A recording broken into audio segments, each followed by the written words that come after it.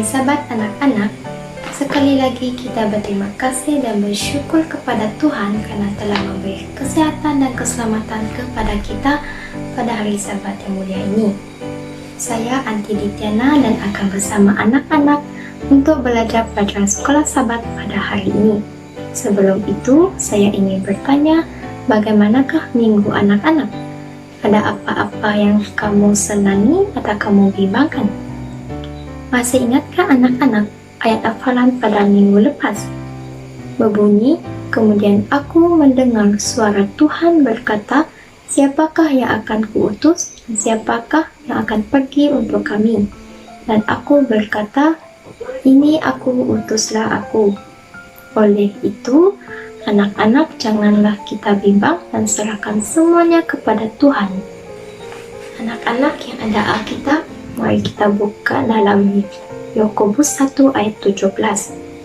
Mengatakan, setiap pemberian yang baik dan sempurna datangnya dari surga dan diturunkan oleh Allah, pencipta semua cahaya di langit. Dia Allah yang tidak berubah dan tidak menyebabkan kegelapan apapun. Maksud ayat ini, Tuhan memberikan banyak perkara percuma dengan kita dan diharapkan yang kita berkongsi dengan orang lain. Dan apabila kita berkongsi pemberian Tuhan dengan orang lain, kita memanggilnya pelayanan. Tuhan mau kita melayani orang lain dalam kasih. Oleh itu, mesej kita hari ini, saya akan melayani orang lain dalam kasih. Adakah anak-anak sanggup? Saya percaya anak-anak sanggup melayani orang lain dalam kasih.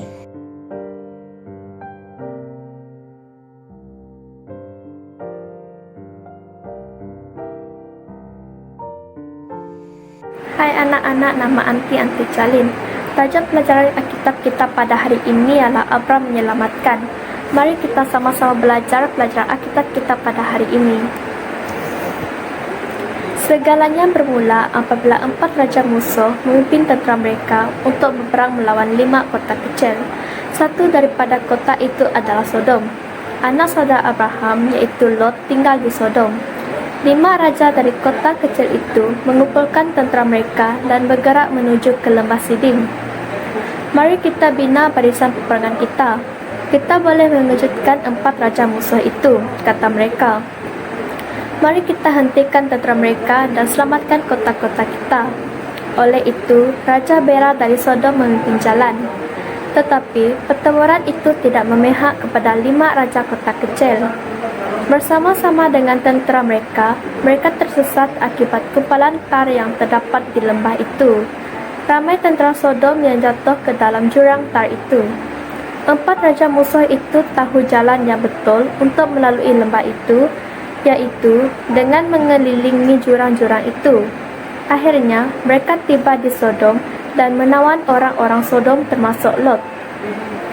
Mereka membawa orang-orang Sodom berserta tenakan dan harta benda mereka keluar daripada kota itu.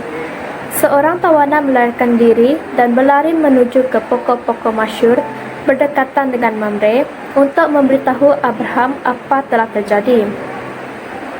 4 musuh utama raja itu telah menyerang kami. Anak saudaramu Lot telah ditawan bersama-sama keluarganya, lapornya. Dengan segera, Abraham mengumpulkan 318 hambanya yang dilatih untuk berperang dan bergegas ke arah 4 musuh utama raja itu. Mereka sangat bersemangat untuk menyelamatkan Lot secepat mungkin. Bayangkan, Abraham bersama kumpulan tenteranya yang kecil mengejar tentera 4 raja musuh itu yang beribu-ribu banyaknya. Tentera besar itu telah mengalahkan tentera kecil Abraham. Tetapi Allah menyertai Abraham.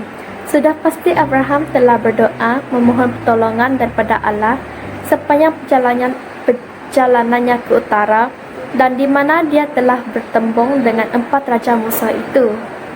Pada waktu malam, Abraham dan orang-orangnya melakukan serang hendap terhadap 4 raja musuh itu. 4 raja musuh itu menyangka bahwa mereka telah dikepung oleh tentera yang banyak. Mereka meninggalkan segala-galanya dan melarikan diri. Mereka meninggalkan tawanan, segala hasil rampasan dan juga harta benda mereka sendiri. Tentera yang ketakutan itu melarikan diri ke Damsyik menuju ke Hoba. Lot dan tawanan Sodom yang lain akhirnya bebas. Semua orang mulai mengumpulkan barang-barang yang ditinggalkan. Mereka kemudiannya berjalan pulang ke Sodom melalui lembah Sidim. Alangkah letih dan laparnya mereka, dan alangkah gembiranya Abraham. Tuhan telah menggunakannya untuk menyelamatkan Lot dan keluarganya. Dalam perjalanan pulang, kumpulan itu melalui lembah Shaveh, tidak jauh dari Yerusalem hari ini.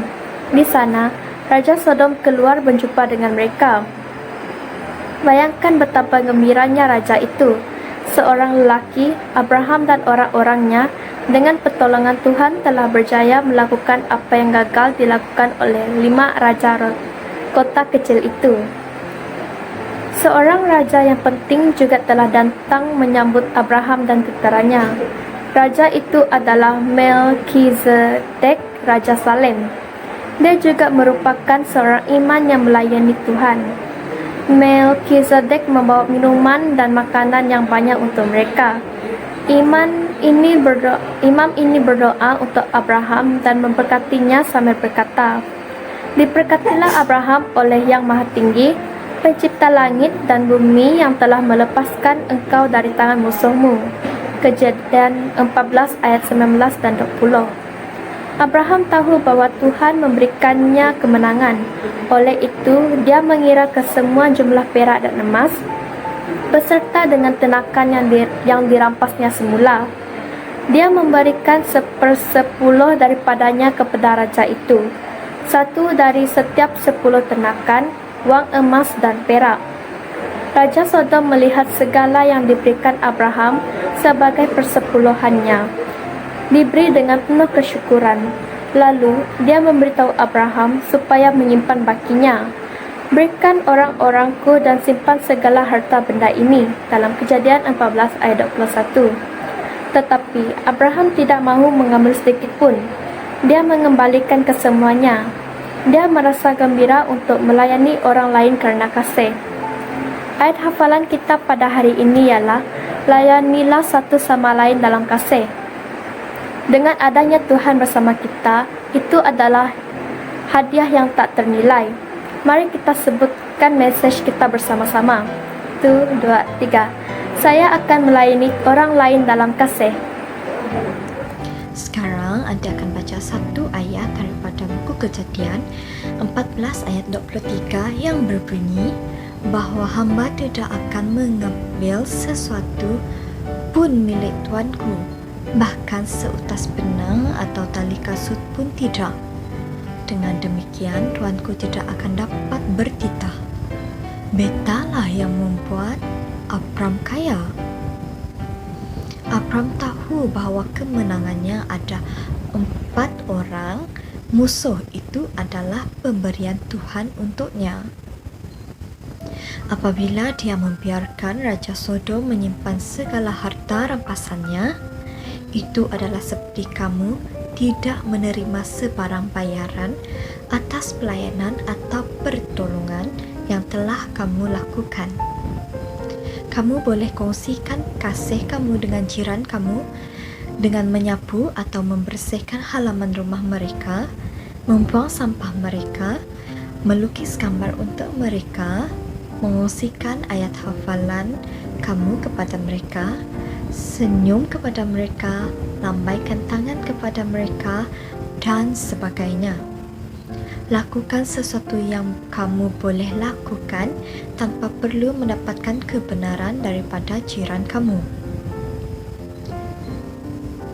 Mari kita sebutkan mesej kita bersama-sama. Saya akan melayani orang lain dalam kasih. Dengan mengembalikan persepuluhan daripada segala pendapatan yang kamu terima ialah salah satu cara kamu bersyukur kepada Tuhan. Anak-anak, kamu digalakkan untuk memberi persepuluhan kamu sabat hadapan. Kamu boleh mengembalikan persepuluhan kamu dengan meminta ibu atau ayah kamu untuk tolong memberi kepada gereja. Sampai kita berjumpa lagi anak-anak. Selamat sabat dan bye.